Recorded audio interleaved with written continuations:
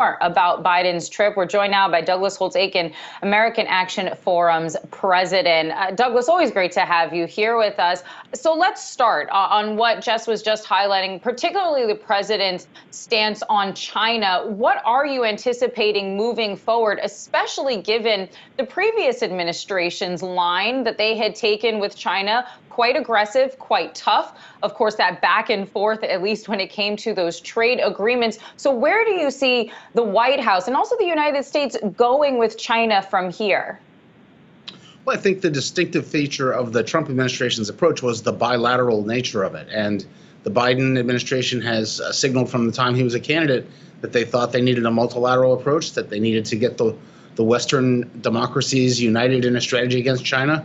That's probably his most important mission on this international trip, to lay the groundwork for cooperative efforts. And I don't think one should expect that strategy to emerge from this trip. It's premature, but that's what they're talking about. How can they cooperate? They managed to, make a statement about human rights and forced labor. I think that's a step. I'm sure the NATO summit will be about security issues, but there will be a lot of talk about the economic approach to China in this trip and in the future. While there was some unity and bipartisanship, if you will, among nations on China, some other areas were not resolved during Biden's trip, including coming to some sort of an agreement over coal, the use of coal as it deals with the U.S. and other countries. Also opening up the border between the U.S. and Canada. That border is actually still closed, really more because Canada and its concerns over the virus.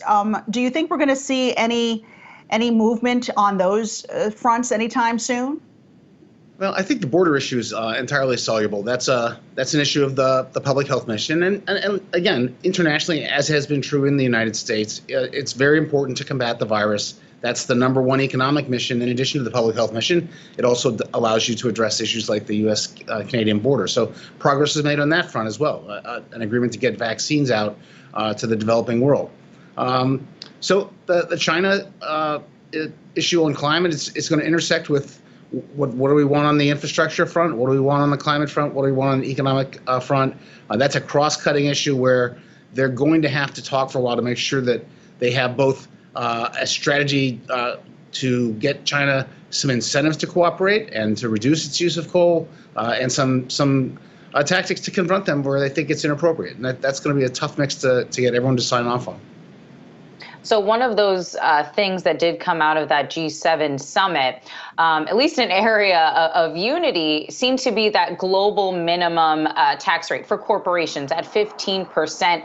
Curious to know if you think that might even be possible to implement moving forward, if you think that this can come to fruition. I've seen so many articles arguing that there's no way that they're going to be able to get this done, and that even if they can, that it is going to harm countries like the United States in the long run. What's your take there on that? I think it's going to be hard to get done. They agreed in concept to have a 15% minimum tax, but they didn't agree on what to tax. I mean, there's a lot of details involved in identifying the tax base and implementation. And it's important to remember that this was one piece of a deal. The U.S. wanted the minimum tax. The Secretary Mnuchin in the Trump administration had been negotiating this as well.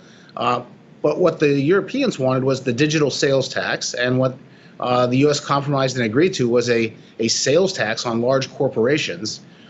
So each side got a little bit of what they wanted, but getting it put in place is going to be very difficult. I believe it's true that sales tax will require the U.S. to alter its tax treaties. We have an income tax treaty, not a sales tax treaty, and that means a 2/3 majority in the U.S. Senate. So that's a very tough lift, and it's far from obvious this will get done. Doug, I want to switch gears and talk about the $1.9 trillion stimulus package, also known as the American Rescue Plan. We know that extra unemployment benefit that was coming to millions of Americans is going to start going away. A lot of states have actually opted not to continue with that program. You actually believe that plan was a policy error. Tell us why you think so. Well, certainly we know that the more of the regular wages that you replace with unemployment insurance, the so-called replacement rate, as that goes up, spells of unemployment on average are longer. So you see more prolonged high unemployment. These replacement rates are over 100% for about a third of American workers. That's extraordinarily high. Now, if everyone is trying to hide from the virus and not seeking work, that's one thing. But as we go forward, the number of people who are going to be out of the labor market for virus-related reasons is going to get smaller and smaller, and this will be an impediment to getting people back to work and getting the unemployment rate down. And it's frustrating because this was knowable at the time they passed it, and it certainly was too big, and it's also lasting too long. I don't think in December anyone thought it would take until Labor Day to get the vaccine program up and running. There were lots of assurances that by late spring, early summer, we'd be in very good shape. And so it should be gone now, and it's not, and it's too big, and I think it is an impediment to getting the labor market back to normal.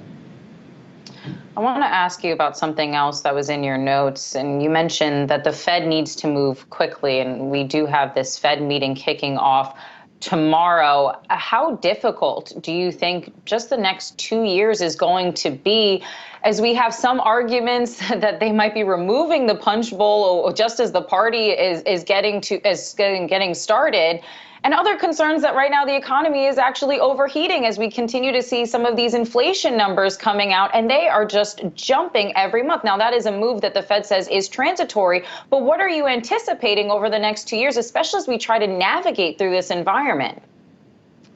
Well, I guess I'd emphasize that I thought the Fed would have to move more quickly than they had anticipated. I don't know how quickly they will actually move those policy instruments, but I think with the American Rescue Plan now showing up in the asset price inflation and now supply chain inflation, we're going to get some consumer price inflation. They need to both stick to their game plan, which is to let inflation rise, but not let inflation expectations and a wage price spiral get out of control. And that's going to be a tough communications job for them to move a little more quickly than they had anticipated. It's going to be a tough policy job to navigate that without producing some sort of slowdown or recession. I mean, it's not the case that the Fed's ever successfully engineered a soft landing, and this puts them in a very tough position. All right, Douglas Holtz-Eakin, president of the American Action Forum. Thanks so much for joining us.